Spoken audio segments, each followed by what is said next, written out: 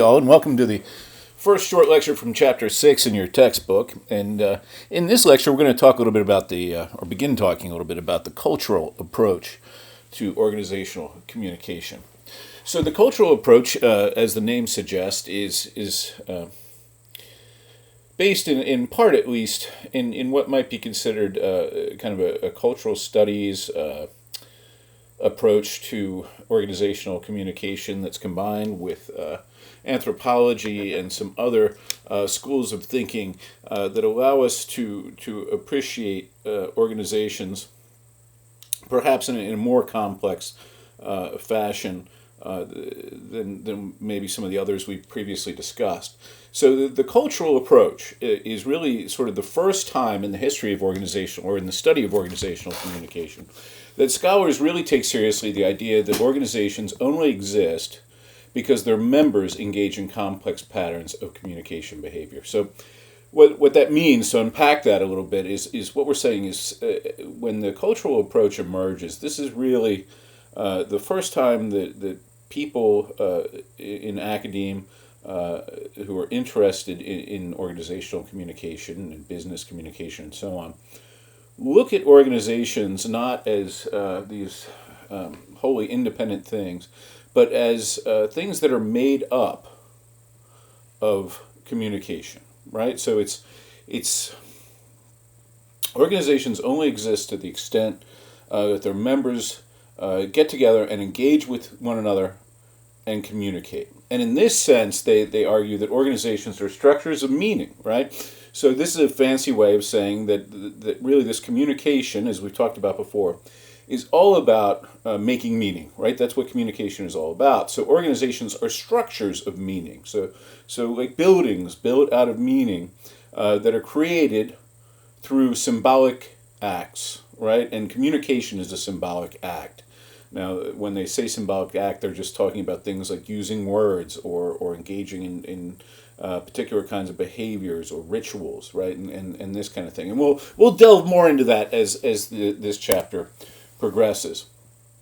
So the cultural approach really sort of emerges out of the 1970s, where we see the bureaucratic organizations that really dominated the United States and the West after World War II begin to show their age. This is also a time of great economic instability. We have a series of oil crises that rocked the United States. I can remember, for example, as a young man, waiting in a line of cars that stretched blocks and blocks, with my parents waiting in the car to get gasoline because of various oil embargoes and so on. So we had oil crises.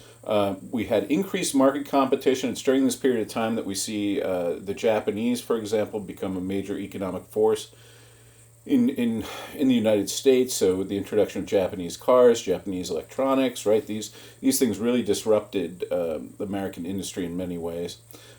We again see labor unions in crisis. We see widespread strikes throughout the United States, while unions tried to hold on to a lot of the job benefits that they managed to latch onto in the 1950s. Now, you remember, during the 1950s, the labor unions and workers were in a pretty good place. And so as a result, they got a lot of concessions from management. But it's during this time that management and the leaders of organizations try and take away a lot of what the unions achieved during that decade. So out of all this, in the 1970s, we begin to look at these large bureaucratic organizations as dehumanizing, as highly impersonal, and dealing with people as if they were things rather than people, right? And we've all been subject to this kind of dehumanizing force in large bureaucracies. You probably have been subject to that here, right? So, for example, I just recently had a student who who got dropped from a course because she was having financial difficulties and had trouble meeting the tuition requirements, was dropped from the course, but her federal funding came through, no problem, everything was set up, but then she had to jump through all the hoops to get reinstated back in the class. And the bureaucracy of the school makes it really hard. You have to go look up the forms, you have to print them out, they have to be signed by like 5 different people, including myself, they have to be turned in by a certain deadline, right? And this kind of bureaucracy clearly dehumanizes a person. No one's sitting there saying, oh, that sucks, and we really need students, and you're a good student, and you want to be in here, so we should make it easy for you. Instead, they're just treating everyone the same, right, to a certain extent, which I guess is good. But of course, it's not good when that treatment is dehumanizing. And clearly that's what was going on in that circumstance. So Gordon is very much guilty of this kind of thing. But nevertheless, right, it's during this period of time that we see bureaucratic organizations really start to be pointed out as dehumanizing forces in society. And it wasn't just blue-collar workers that were subject to this dehumanizing effect. White-collar jobs began to be subject to this dehumanizing influence as well, right? So even people in professions that we would consider to be sort of highbrow or esteemed professions were subject to this kind of dehumanizing effect. A great example of this can be seen in this short video clip from the David Mamet film, Glengarry Glen Ross. If you haven't seen it, check it out. I'm not going to play it for you here. So, in the 1970s, as employees begin to reject the conformity of bureaucracy and they begin to adopt a more individualistic approach to work, right, what they were trying to get, or the reason they were doing this, what they were trying to do was to achieve, to get something else out of work, right? They were trying to create a more fulfilling kind of work environment. So this speaks to the notion of intrinsic and extrinsic rewards. So, intrinsic awards, right, or rewards, I should probably say, began to be regarded as more important than extrinsic ones, oftentimes. Now, an extrinsic reward is something like money, right? You work hard, you get paid a lot, and that's your reward, right? With regard to intrinsic rewards are things like satisfaction, a sense of a job well done, a sense of identity, the feeling that you're accomplishing something when you go to work. Generally, intrinsic rewards are associated with morality, right? So, for example, teaching is typically looked at as a job that's intrinsically rewarding, right? You don't get a lot of the extrinsic rewards, right? Like teachers usually don't get rich. But certainly they feel like they did something productive and worthwhile at the end of the day, that they helped society in some way. So the cultural approach really starts from this notion that we shouldn't study organizations just to improve their efficiency and to make better employees, but also because they're interesting in complex communication phenomena in their own right. So if in past schools of thought we've looked to organizations and employees as a means to an end, right? And our goal was to improve efficiency, as in the scientific management approach. With the cultural approach, we're not that interested in that end goal of making organizations more efficient. Instead, we're interested in studying them for what they are, which are complex communication systems, right? So, again, I talked a little bit at the beginning of the lecture about some of the foundations of the cultural approach, or sources of the cultural approach, and I mentioned anthropology. So anthropology, as you probably know, involves the study of everyday life. And in the 20th century, anthropology really comes closer to home. And a lot of this came out of the work of Robert Park at the University of Chicago, who looked at emergent social problems and social groups, and began to study everyday life in the context of the United States and within our own culture, right? So oftentimes when people think about anthropology, they think about people traveling to far-off lands to live with natives in a village somewhere in a rainforest or something. But that's not the case, right, with all anthropology. And indeed, people like Robert Park propose, listen, we can do anthropology on ourselves and on our own culture, right, and try and figure out how this works. Now, the cultural approach also has its roots in what we call the interpretive tradition, which begins all the way back in the 1800s. And this tradition maintains that language and communication are sort of the principal mediums through which human beings create social reality. So, your book tells you, and as this last bullet point tells you, language and communication do not so much represent reality as create it. And so the idea here is that the language that we use clearly influences how we think and how we're able to think, and that thinking is really the way that we construct our reality, right? So they're not saying that language and communication can change reality objectively, right? They're not saying that words can turn a horse into an alligator.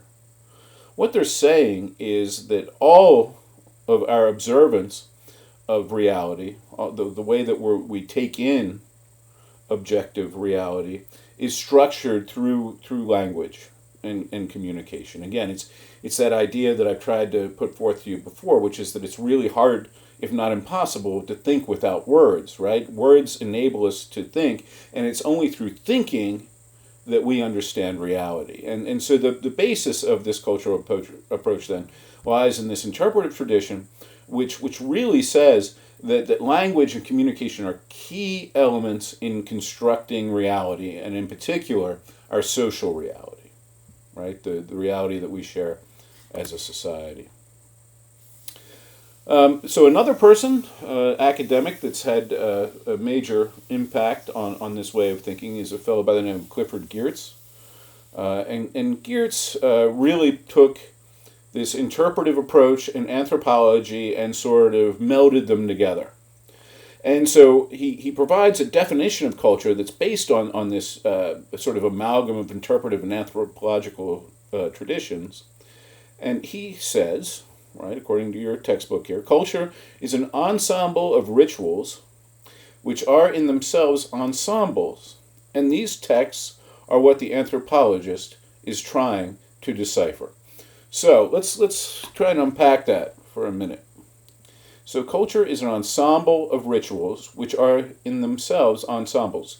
So culture is made up, he's saying, of all the rituals that we engage in. Not one or two, but all of them. Formal rituals, informal rituals, right? All the practices that we engage in as human beings, right? And there are a lot of them, right? You don't probably think about it, but we engage in ritual behavior all the time, right? Going to class at the same time with the same people in the same building once a month as we do is a ritual, right? Going to work from 9 to 5 every day is a ritual. Watching a television program at a set time and place, or going to the movies at a set time and place, is a ritual, right? These are all behaviors that we engage in. And he says it's these behaviors, these rituals, that make up culture. And these rituals are themselves made up of smaller pieces, right? Smaller behaviors and smaller actions.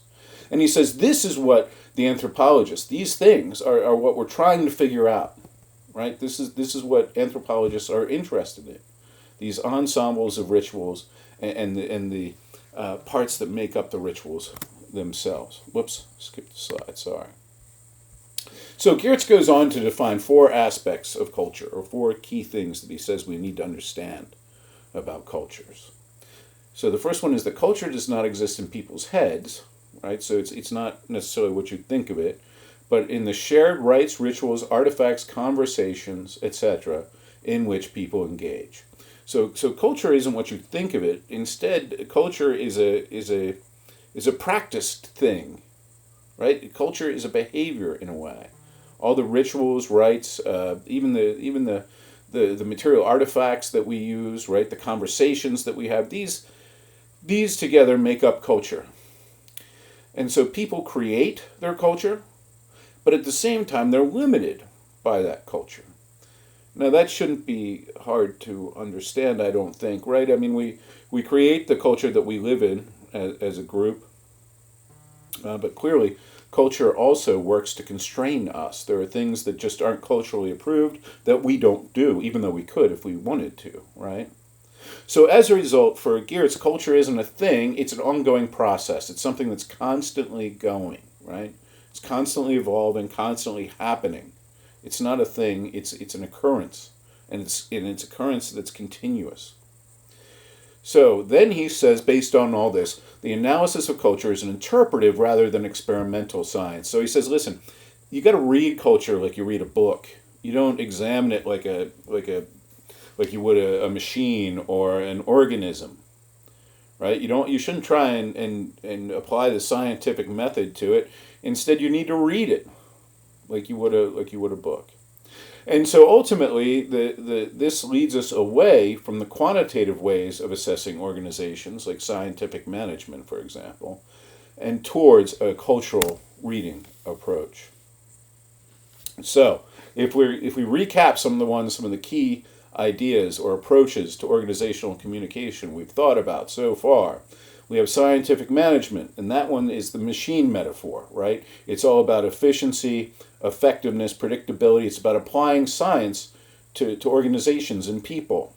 Then there's systems theory, which looked at organizations like organisms. It was all about growth, adaptation, complexity, interrelatedness, the butterfly effect, right? All these things.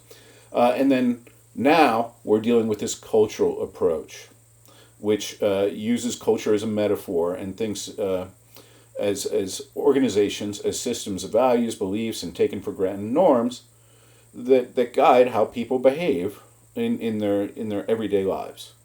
Right? So, from a cultural perspective, orgs do not exist independently, right? There is no such thing just as an independent, objective organization that exists outside of its members. Instead, organizations are only real to the extent that their members engage in various communication activities. So there is no Coca-Cola per se. There is no objective organization just out in the world that is Coca-Cola. Coca-Cola is all the people that work there and all the communication that they engage in, right? Be it just speaking, be it rituals, be it practices, what have you, right? All these things make up Coca-Cola. Now, within this context, there are two prominent approaches that we're going to talk about. One is the pragmatist and the other is the purist, but those are for the next short lecture. So thanks for checking this one out, and I'll see you again later.